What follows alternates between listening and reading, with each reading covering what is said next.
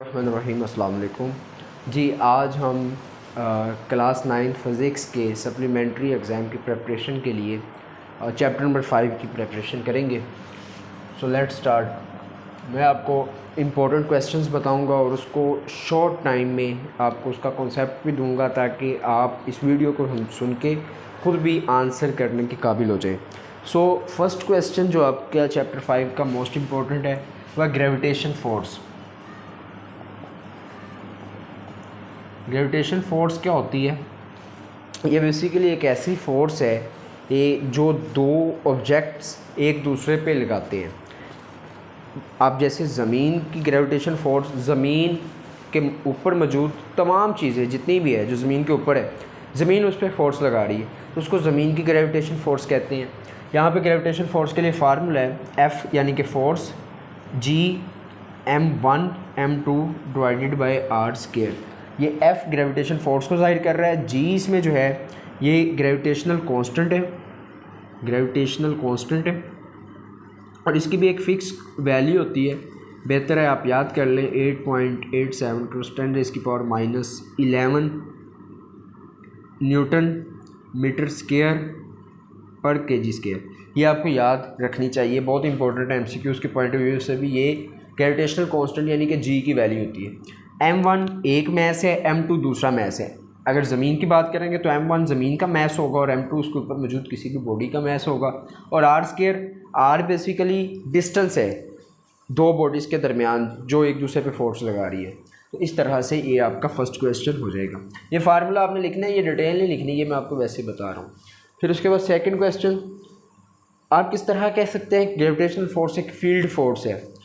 तो gravitational force को एक फील्ड फोर्स होने के लिए किसी भी चीज़ की फील्ड फोर्स क्या होती है, सबसे पहले तो आप ये समझ लीजिए फील्ड फोर्स एक ऐसी फोर्स होती है कि बग़ैर किसी फिज़िकल मीडियम के एक चीज़ दूसरी पे अप्लाई कर रही हो फोर्स। जैसे ज़मीन है तो ज़मीन असल में तो हमें किसी चीज़ के साथ नहीं खींच रही, लेकिन फिर भी ज़मीन के इर्द गिर्द जो चीज़ें मौजूद है ज़मीन उनको अपनी तरफ खींच रही है, यानी कि बग़ैर किसी फ़िज़िकल मीडियम के ज़मीन हम पे फोर्स लगा रही है। तो इस तरह की फ़ोर्स को कहते हैं फील्ड फोर्स। और ये इस मिसाल से जो भी मैंने आपको दी है इससे साबित हो जाता है कि ज़मीन की जो ग्रेविटेशनल फोर्स है it is an field force. फिर उसके बाद थर्ड क्वेश्चन, ग्रेविटेशन के कानून हमारे लिए क्यों अहम है। तो ग्रेविटेशन का कानून जो है इसको इंग्लिश में कहेंगे why gravitational law is important for us. तो ग्रेविटेशन का कानून हमारे लिए बहुत ज़्यादा इम्पोर्टेंट है क्योंकि बग़ैर ग्रेविटेशन लॉ के हमें नहीं पता होगा कि बॉडीज़ एक दूसरे पे जो फोर्स लगा रही है क्यों। अच्छा देखिए, इसकी अहमियत को जानने के लिए ना आपको मैं थोड़ा सा हिस्ट्री से इंट्रोडक्शन करवा देता हूँ। बेसिकली ये न्यूटन ने जब ग्रेविटेशन लॉ दिया था उस वक्त लोग बहुत सारे कॉन्सेप्ट्स थे मुख्तलिफ़ लोगों के, और न्यूटन के लॉ से पहले जो कॉन्सेप्ट मशहूर था वो ये था कि ज़मीन एक स्टेशनरी है और इसके इर्द गिर्द तमाम ऑब्जेक्ट्स जो हैं वो घूम रहे हैं। तो ये जो लॉ ऑफ ग्रेविटेशन आया इससे हमें पता चला कि ये ग्रेविटी है ज़मीन की कि जिसकी वजह से ज़मीन के इर्द गिर्द जो चीज़ें घूमती हैं और हर चीज़ की अपनी अपनी ग्रेविटी होती है। ग्रेविटेशनल लॉ ये कहता है कि ज़मीन चीज़ों को अपनी तरफ खींचती है। इससे हमें पता चलता है कि यूनिवर्स में जितनी भी चीज़ें हैं वो एक दूसरे को अपनी तरफ खींच रही हैं, जिसकी वजह से ये जो यूनिवर्स है, जो कायनात है, इसने एक दूसरे के साथ ही अटैच है, अदरवाइज़ ये बिखर जाए और फिर सूरज और ज़मीन के दरमियान जो तल्लक है यानी कि सूरज के गिर्द ज़मीन घूम रही है वो तल्लक भी डिस्टर्ब हो जाए और हम यहाँ पे ज़मीन पे रह ही ना सके। तो इसलिए ये सारी चीज़ें हमें बताता है ग्रेविटेशन लॉ, इसलिए gravitation law is important for अस।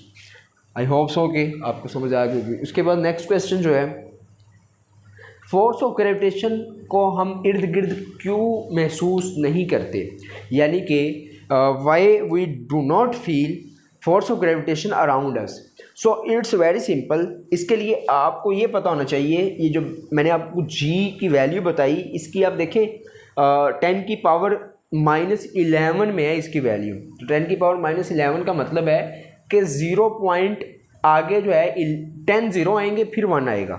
10⁻⁻11 का ये मतलब है। जब आप इसको ये सिग्निफिकेंट फिगर्स में लिखा हुआ है, साइंटिफिक नोटेशन में सॉरी लिखा हुआ है, इसको आप स्टैंडर्ड फॉर्म में लिखेंगे तो ये बहुत छोटी वैल्यू है। अब देखें ये बेसिकली जी जो है M1 और M2 यानी कि मैसेज के साथ मल्टीप्लाई हो रहा है।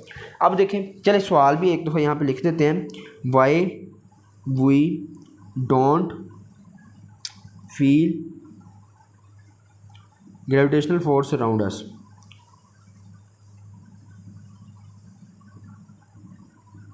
तो इसको उर्दू में मैंने साथ बोल दिया है, तो उर्दू मीडियम वाले स्टूडेंट्स से परेशान नहीं होना, उर्दू में मैं साथ बोलता जा रहा हूँ और इंग्लिश में इसलिए लिख रहा हूँ कि ज़रा इंग्लिश वाले स्टूडेंट्स को भी समझ आ जाए।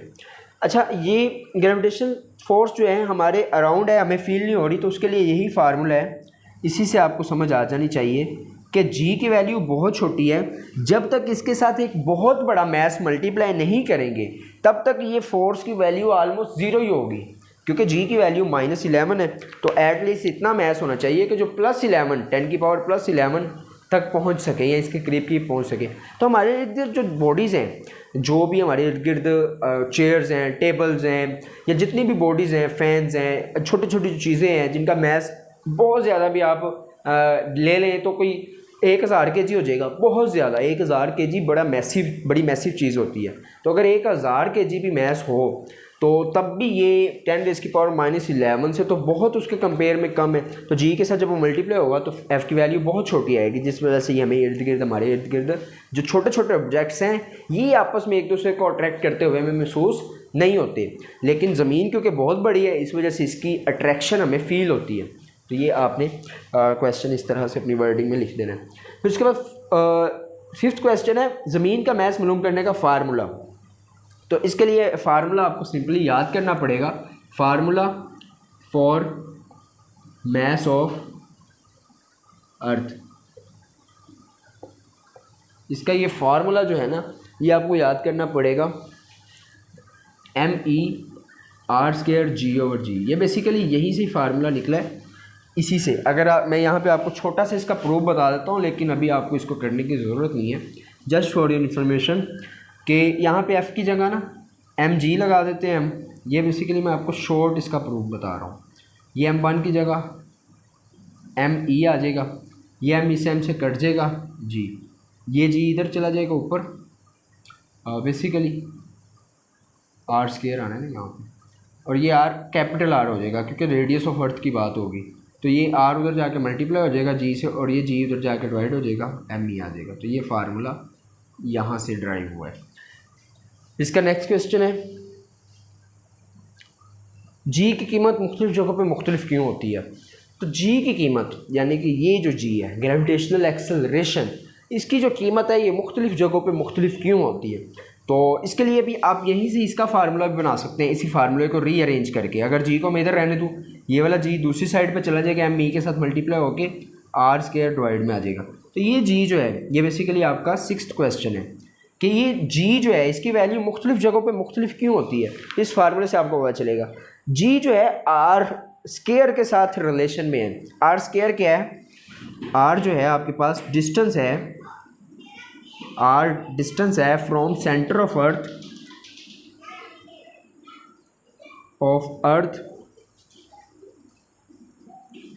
सेंटर ऑफ अर्थ यानी कि ज़मीन के सेंटर से लेकर to the centre of body, कि जिस बॉडी पे फोर्स लगनी है उस बॉडी के सेंटर तक ये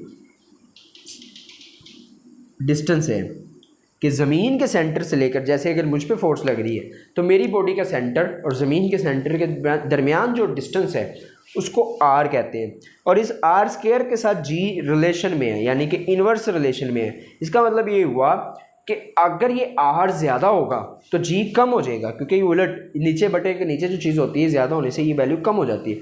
तो अगर R की वैल्यू ज़्यादा होगी तो G की वैल्यू कम हो जाएगी। तो इसलिए अगर हम ज़मीन से ऊंचा जाना शुरू कर देंगे तो ज़मीन के सेंटर से लेकर मेरी बॉडी तक का फासला बढ़ना शुरू हो जाएगा, यानी कि R की वैल्यू बढ़ना शुरू हो जाएगी, जिससे G कम हो जाएगी। तो इसीलिए पहाड़ों पे, या अगर आप नॉर्थन एरियाज़ पाकिस्तान की अगर बात करें या किसी भी आप इलाके में ऐसी जगह पे जाते हैं जो सतह समुंदर से काफ़ी ऊंची होती है, तो वहाँ पे G ग्रेविटेशनल एक्सेलरेशन की वैल्यू थोड़ी बहुत कम हो जाती है। और अगर आप ज़मीन की गहराई में जाएँ तो उसमें फिर ये उसमें भी कम होती है, लेकिन उसका एक अलग आपके पास कॉन्सेप्ट है, हमारा वो टॉपिक नहीं है। बट मुख्तलिफ़ जगहों पे ये जी की वैल्यू मुख्तलिफ होती है। और सरफेस ऑफ अर्थ पे ही आप यहाँ पे याद रख लें कि ज़मीन की सतह पे जी की वैल्यू होती है 10 मीटर पर स्क्वायर। ये ज़मीन की सतह पे बेसिकली 9.8 होती है, उसको राउंड ऑफ करके 10 बन जाता है। तो ये आपके पास 6 क्वेश्चन था। उसके बाद 7 क्वेश्चन देखें, बल्कि ये 7 क्वेश्चन है इन काउंटिंग अगर हम जाएं। फिर 8 क्वेश्चन है जी की कीमत बुलंदी के साथ किस तरह तब्दील होती है, तो ये भी बेसिकली इसी में ही है। अच्छा, इसके लिए ना एक ये चीज़ आप ऐड कर लीजिएगा यहाँ पे आर के अंदर ही, ये फार्मूला जब आप इसका लिखेंगे R plus H square. Basically R distance ही है, लेकिन एच का मतलब है हाइट ऑफ अर्थ। यहाँ पे स्मॉल आर आएगा, स्मॉल आर डिस्टेंस बताता है, कैपिटल आर जो है ना ये रेडियस ऑफ अर्थ को जाहिर करता है। यहाँ पे स्मॉल आर आना है, स्मॉल आर स्क्वायर, ये डिस्टेंस को स्मॉल आर जाहिर करेगा। अगर यहाँ पे कैपिटल आर आ जाता है ना तो उसका मतलब होता है रेडियस ऑफ अर्थ, ज़मीन के सेंटर से लेकर उसकी सरफेस तक का फासला। तो ये आर ज़मीन के सेंटर से लेकर सरफेस तक का फासला बताएगा, और ये एच सरफेस से ऊपर की बुलंदी को जाहिर करेगा। तो इन दोनों को ऐड करके हम यहाँ पे यूज़ करेंगे। ये बेसिकली फार्मूला है कि ज़मीन से अगर आप ऊंचाई पे जाएं तो एच जितनी हाइट होगी ज़मीन से ऊंचाई की वो यहाँ पुट करेंगे, आर रेडियस है वो फिक्स होता है। ये भी आप यहाँ पे याद रख लें, रेडियस की वैल्यू, ये वैल्यूज़ आपको याद होनी चाहिए। 6400 किलोमीटर, इसको ऐसे भी लिख सकते हैं 6.4 किलो 10⁻⁶ मीटर। तो किलोमीटर में लिख लें या मीटर में लिख लें, it's depend upon you. After that ये हमारे पास बेसिकली 3 पार्ट हैं। ये मैं आपको नोट से करवा रहा हूँ, हमदर्द के जो स्कॉलर सीरीज़ हैं इसको आप परचेज़ भी करें, और यहाँ से ही आपकी प्रिपरेशन होनी है सप्ली की। फर्स्ट पार्ट कर दिया। ये जो पेपर्स होंगे आपके लास्ट में, इन पेपर्स को आपने करना है। अगर आप 9 पेपर अच्छे से कर लेंगे तो आपके इंशाल्लाह, और ये इन्हीं को ही मैं आप यहाँ पे एक्सप्लेन कर रहा हूँ, और यही आपको जो है पास करवाएंगे। फिर उसके बाद है जी और जी में क्या फ़र्क है, एक स्मॉल जी और एक कैपिटल जी, इन दोनों के दरमियान डिफरेंस बताएं जी, क्या डिफरेंस है। तो बड़ा सिंपल सा डिफरेंस है। इतनी सारी चीज़ें आपको समझाने के बाद, इतनी जगहों पे जी स्मॉल और कैपिटल यूज़ करने के बाद ये आप ख़ुद भी बता सकते हैं। खैर मैं आपको फिर भी बताता हूँ कि स्मॉल जो है ये ग्रेविटेशनल एक्सेलरेशन है, और इसकी वैल्यू अभी हमने पीछे लिखी 10 मीटर पर स्क्वायर होती है, मीटर पर सेकेंड स्क्वायर होती है। और ये जो जी है इसकी value 8.87 cross 10⁻⁻11 newton metre square पर केजी स्क्वायर होती है। और देखें ये जी एक कांस्टेंट है, this is a constant quantity, और इसको कहते हैं ग्रेविटेशनल कांस्टेंट। ग्रेविटेशनल कांस्टेंट, ये सारी बातें मैंने आपको पीछे बता दी हुई हैं। और ये वाला जो जी है ये ग्रेविटेशनल एक्सेलरेशन है, और ये कांस्टेंट नहीं होता, ये चेंज हो जाता है। अभी हमने पीछे ये भी क्वेश्चन किया है, ग्रेविटेशनल एक्सेलरेशन है और ये चेंज होता है फ्रॉम प्लेस टू प्लेस। जैसे आप जगह तब्दील करते हैं उसी के साथ ये जी भी तब्दील हो जाते हैं। फिर उसके बाद अगर आर को दोगुना कर दिया जाए तो मसावात, ये वाली मसावात आगे लिखी हुई है, इस मसावात में क्या फ़र्क पड़ेगा। जी इज़ इक्वल टू, ये आपका 10th क्वेश्चन है, GME divided by R square. अगर इस आर को यानी कि रेडियस ऑफ अर्थ को 2 गुना कर दिया जाए तो इस आर पे क्या फ़र्क पड़ेगा। तो देखिए ये बात याद रखें, आर के ऊपर स्क्वायर है ना, तो अगर इसको 2 गुना करेंगे तो 2 का स्क्वायर 4 आ जाएगा। उस 4 को अगर मैं बाहर लिखूँगा GME divided by 4 R square आ जाएगा। यानी कि पहले वाले जी की निस्बत अब वाला जो जी है इसको जी प्राइम कह दें, ये 4 गुना कम हो जाएगा। बटे में 4 आ रहा है ना, इसका मतलब है 4 गुना जी की वैल्यू कम हो जाएगी रेडियस को डबल करने से। मसनूई सैटेलाइट्स क्या हैं, ये तरीफ़े हैं, इसको आपने जस्ट याद करना है। मसनूई सैटेलाइट्स वो सैटेलाइट्स होती हैं कि जो साइंसदान खुद से भेजते हैं खला में, कि वो ज़मीन के इर्द गिर्द की इंफॉर्मेशन, खला की इंफॉर्मेशन ज़मीन के बासियों तक यानी कि इंसानों तक पहुंचाती है। और ये मसनूई सैटेलाइट्स अब तक इंसानों ने बहुत सारी सैटेलाइट्स भेजी हैं और बहुत सारे इससे खला के राज़ों का पर्दाफाश हुआ है। अब तक इंसानों के पास बहुत सारी जो भी बैरूनी दुनिया की यानी कि ज़मीन के बाहर जो सियारे हैं या जो प्लैनेट्स हैं, जो स्टार्स हैं, गैलेक्सीज़ हैं, और उन सब की जो इंफॉर्मेशन है वो इसके पास इन्हीं सैटेलाइट्स की वजह से आई है। और अभी जो बहुत सारी सैटेलाइट्स की अभी प्लानिंग भी हो रही है कि जो 2025-26 में लॉन्च करने वाले हैं बहुत सी कंट्रीज़, तो ये मसनूई सैटेलाइट होती है। फिर उसके बाद कम्युनिकेशन सैटेलाइट जियो स्टेशनरी ऑर्बिट में क्यों भेजे जाते हैं। अच्छा, जियो स्टेशनरी ऑर्बिट क्या होते हैं, जियो स्टेशनरी, नाम से पता चल जाएगा आपको, जियो कहते हैं ज़मीन को, स्टेशनरी कहते हैं रुकी हुई चीज़ को। तो जियो स्टेशनरी ऑर्बिट ज़मीन के इर्द गिर्द ऐसे ऑर्बिट्स होते हैं कि ज़मीन एक गोल प्लैनेट है, इसके इर्द गिर्द एक ऐसी गोल दायरे होते हैं कि जिसमें कोई भी चीज़ मूव करे वो एक चक्कर पूरा करने में 24 घंटे लेती है। ये इसमें यही आपने लिखना है कि जियो स्टेशनरी ऑर्बिट्स वो ऑर्बिट्स होते हैं कि जिसमें कोई चीज़ मूव करे तो वो एक चक्कर पूरा करने में 24 घंटे ले। मिसाल के तौर पर यहाँ से मैं एक चीज़ ऊपर फेंकता हूँ, खला में भेजता हूँ, ज़मीन के ऊपर वो घूमना शुरू कर देती है ज़मीन। अब आपको पता है ज़मीन भी एक चक्कर कितनी देर में पूरा करती है? 24 घंटों में। और अगर वो चीज़ भी 24 घंटों में पूरा कर रही है तो वो ज़मीन के साथ क्या होगी? स्टेशनरी नज़र आएगी हमें, यानी कि ऐसी नज़र आएगी, मैं यहाँ खड़ा अगर देखूँगा तो जैसे ज़मीन पे खड़ा मैं ज़मीन के साथ घूम रहा हूँ, वो चीज़ भी वैसी घूम रही है, तो मुझे ऐसे लगेगा जैसे वो रुकी हुई है। इसकी वजह से इन ऑर्बिट्स को कहते हैं जियो स्टेशनरी ऑर्बिट, यानी कि ज़मीन के अतबार से ये ऐसे लगती है चीज़ें कि रुकी हुई हैं, लेकिन हकीकत में वो मूव कर रही होती हैं और उतनी ही स्पीड से ज़मीन भी मूव कर रही होती है।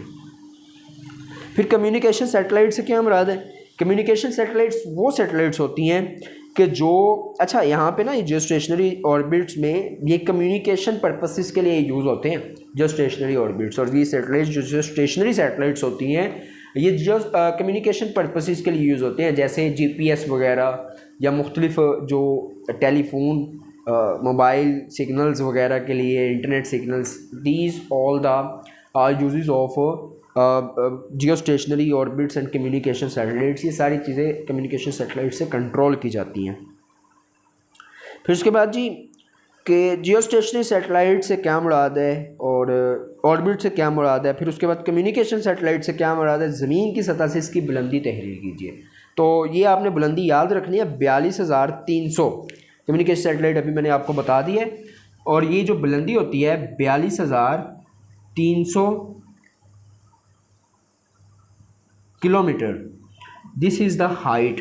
अगर इतनी ज़मीन से ऊपर चीज़ को हम भेजेंगे तब वो जाके जो स्टेशनरी ऑर्बिट तक पहुंचेगी। फिर कुदरती सैटेलाइट की तारीफ़ कीजिए। अच्छा, अभी हमने पढ़ा है मसनूई सैटेलाइट, या इसको इंग्लिश में कहते हैं आर्टिफिशियल सैटेलाइट। अब हम बात करेंगे कुदरती सैटेलाइट या नेचुरल सैटेलाइट की। बेसिकली सैटेलाइट क्या होती है, यहाँ पे ये भी आपको पता होना चाहिए। सैटेलाइट हर उस चीज़ को कहते हैं कि जो सियारे प्लैनेट के गिर्द मूव करे। ज़मीन एक प्लैनेट है, इसके गिर्द जो चीज़ मूव करेगी वो सैटेलाइट होगी।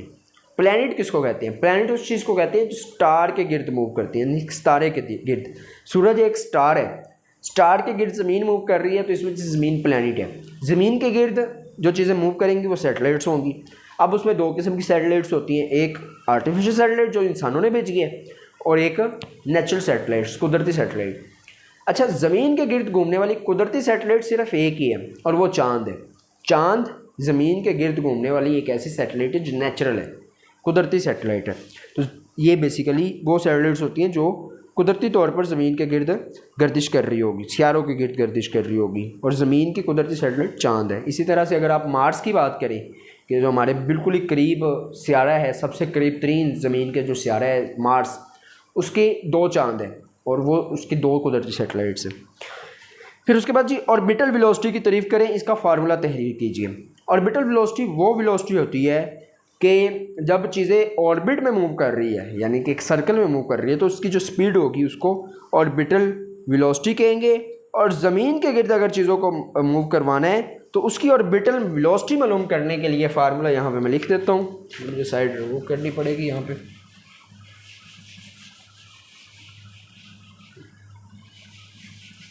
अच्छा जी, ज़मीन के गिर्द अगर आपने ऑर्बिटल वेलोसिटी निकालनी है, v0 is equal to √gr। इसका भी प्रूव है लेकिन खैर अभी ज़रूरत नहीं है आपको। फिर उसके बाद फोर्थ क्वेश्चन जी, और नेक्स्ट पार्ट इसका आखिरी 8 क्वेश्चन रह गए। ग्रेविटेशन फील्ड की ताकत क्या है, वजाहत कीजिए।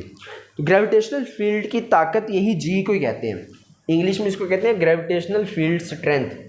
ग्रेविटेशनल फील्ड स्ट्रेंथ, तो ये बेसिकली जी होती है, जी को ही कहा जाता है। Keep it in your minds. उसके बाद जी ग्रेविटेशन फोर्स की इंतहाई कम होने की वजह बयान कीजिए। तो जी की कीमत बहुत कम होती है, इस वजह से ग्रेविटेशनल फोर्स की कीमत बहुत ज़्यादा है। ये वाले जी की, ये वही सवाल है जो पहले आया था कि इस जी की कीमत बहुत छोटी है, इस वजह से हमारे गिर्द जो चीज़ें मौजूद हैं वो एक दूसरे पे फोर्स क्यों हमें महसूस नहीं होती। तो उसकी यही वजह है, यही सवाल है। फिर उसके बाद जी ग्रेविटेशनल का कानून और न्यूटन का तीसरा कानून बयान कीजिए। अच्छा, ग्रेविटेशन का कानून मैंने आपको स्टार्ट में बता दिया था, अभी रिमूव किया है कि बॉडीज़ जो एक दूसरे पे फोर्स लगा रही है। और न्यूटन का तीसरा कानून क्या है कि every action has an equal but opposite reaction, यानी कि हर बॉडी दूसरी बॉडी पे एक रिएक्शन करती है। जैसे मिसाल के तौर पर मैं ज़मीन पे खड़ा हूँ तो मैं ज़मीन पे एक्शन कर रहा हूँ और ज़मीन बदले में मुझ पे क्या कर रही है, रिएक्शन कर रही है। इसी तरह से न्यूटन का तीसरा कानून यही बात करता है कि every body has an action and an reaction but in opposite direction, ये कि हर चीज़ जो एक्शन करेगी उसको कोई ना कोई रिएक्शन मिलेगा, लेकिन वो अपोजिट डायरेक्शन में। और ये जो ग्रेविटेशन कानून है ये भी यही बात करता है कि एक बॉडी दूसरी बॉडी पे फोर्स लगाएगी तो दूसरी पहली पे लगाएगी, यानी कि एक्शन का रिएक्शन होगा। तो ये भी तीसरे कानून के मुताबिक बात जो है वो दोनों मिलती जुलती हैं। फिर उसके बाद चांद और मरीख पर जी की कीमत क्या है, तो ये याद करनी पड़ेंगी आपको। चांद पर जी की यानी कि जी एम, मून पे 1.62 मीटर पर स्क्वायर सेकंड, और मरीख यानी कि मार्स पर क्या होगी 3.73 मीटर पर स्क्वायर सेकंड। ये डिफरेंट जगहों पे डिफरेंट होती है, मैंने आपको बताया जी की वैल्यू चेंज होती है। ज़मीन के ऊपर अगर आप पहाड़ों पे चले जाते हैं तो इस पर फ़र्क पड़ जाता है और दूसरे सियारों पे ये डिफरेंट होगी। फिर उसका जियोस्टेशनरी सैटेलाइट की ज़मीन के साथ से बुलंदी और स्पीड क्या होगी, तो देखिए बुलंदी ये लिखी हुई है, जियोस्टेशनरी सैटेलाइट्स की ज़मीन से बुलंदी ये है, और इसकी स्पीड क्या होती है, तो स्पीड मैंने आपको आगे बताया है कि जियोस्टेशनरी का मतलब ये है कि हमारे मुताबिक वो रुकी हुई होगी। तो जब हमारे मुताबिक वो रुकी हुई है तो उसकी स्पीड क्या होगी, सिफर स्पीड होगी उसकी। फिर जी अगर ज़मीन का रेडियस दुगना कर दिया जाए तो ऑर्बिटल स्पीड पर क्या असर होगा। पहले क्या था कि अगर ज़मीन का रेडियस दुगना कर दिया जाए तो जी की वैल्यू पे क्या असर होगा, तो 4 गुना कम होगी। ऑर्बिटल स्पीड पे क्या असर होगा, देखें √gr ये फार्मूला है ना। तो अगर वो कहते हैं कि ज़मीन का रेडियस यानी कि r को 2 गुना कर दिया जाए तो जो नया v यानी कि ऑर्बिटल वेलोसिटी निकलेगी वो √2 टाइम्स पहले वाला हो जाएगा, √2 टाइम्स, यानी कि वो √2 टाइम्स, अंडर में पड़ा है ना r, तो पहले स्केल में पड़ा हुआ था तो 4 गुना होगी, अब अंडर में तो √2 टाइम्स वो हो जाएगी, यानी कि पहले वाले ऑर्बिटल स्पीड से √2 को जब कैलकुलेटर से आप सॉल्व करते हैं तो ऑलमोस्ट 1.71 आता है। तो इतनी जो है ना वो हो जाती है। फिर उसके बाद जी बस ये लास्ट क्वेश्चन चल रहे हैं, सैटेलाइट से क्या मुराद है, नीच जियो स्टेशनरी सैटेलाइट क्या होती है, ये आपको मैंने बता दिया हुआ ऑलरेडी। लास्ट क्वेश्चन है global positioning system. Global positioning system जिसको शॉर्ट फॉर्म में कहते हैं जीपीएस आपके पास क्या है। जीपीएस बेसिकली कुछ सैटेलाइट्स का मजमुआ है, तकरीबन 24 सैटेलाइट्स का एक मुश्तमिल एक जो है वो प्रोग्राम था कि जो दिन में 2 मरतबा ज़मीन के गिर्द 3.87 किलोमीटर पर सेकंड की स्पीड से गर्दिश करता है। 3.87 किलोमीटर पर सेकंड, यानी कि इसकी स्पीड है। इस स्पीड से ये दिन में 2 दफ़ा ज़मीन के गिर्द चक्कर लगाता है। ये जियो स्टेशनरी नहीं होता, ये दिन में 2 दफ़ा चक्कर लगाता है। और ये बेसिकली 24 सैटेलाइट पे मुश्तमिल एक प्रोग्राम है जो मुख्तलिफ मुल्कों ने 7-8 मुल्कों ने मिलकर ये आज से कुछ साल पहले ये लॉन्च किया था। और ये ज़मीन की सतह पे मौजूद चीज़ों की पोजीशन बताता है हमें, कि जिसको आज हम मैप्स वगैरह में यूज़ करते हैं। तो ये बहुत ज़्यादा यूज़फुल है। इन क्वेश्चंस को आप अच्छे से कर लें। 5th चैप्टर में आपको इंशाल्लाह इसके अलावा कोई क्वेश्चन नहीं आएगा। तो ये आपके लिए इंशाल्लाह इसके बाद हम जो है वो 1 by 1 9 डेट को आपका पेपर है, तो 6, 7 और 8, 9, 10 चैप्टर कर लेंगे 9 तक। इससे पहले वाले 4 चैप्टर्स वो रेडी अपलोडेड है चैनल पे, उसको आप देख लें। और ये 5th चैप्टर आ गया। इंशाल्लाह आने वाले 2-3 दिनों के अंदर हम इस सीरीज़ को मुकम्मल करके आपकी सप्लीमेंट्री की प्रिपरेशन के लिए आपको 100% प्रिपेयर कर देंगे। Thank you so much.